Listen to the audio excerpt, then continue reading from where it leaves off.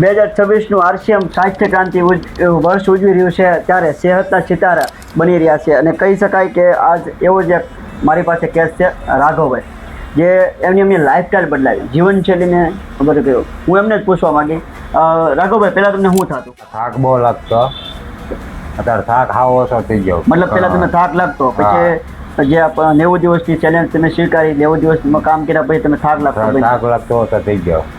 એ પછી તમે ભૂખમાં કઈ ફેર પીડો? મતલબ પહેલા ભોજન હાલતું નહોતું, તમે એમ કહેતા મને કે થોડીક ભૂખ લાગવા મળી, હવે મતલબ ભોજન હાલવા મળ્યું. પછી તમે નીંદનો પ્રોબ્લેમ હતો, તમને નીંદમાં સારો ફાયદો? નીંદમાં બે ફાયદો છે, નીંદ આવવા મળી હવે. હા, અમે એમનું કશું નથી કર્યું, રાઈસના સિદ્ધાંતોને પાલન કરાવ્યું, લાઈફસ્ટાઈલ ચેન્જ કરી અને તમે રિઝલ્ટ જોઈ શકો છો. તમે ખુશ તો છો ને આનાથી? હવે અરે બીજા લોકોને તમે કહી પણ શકો ને? હા.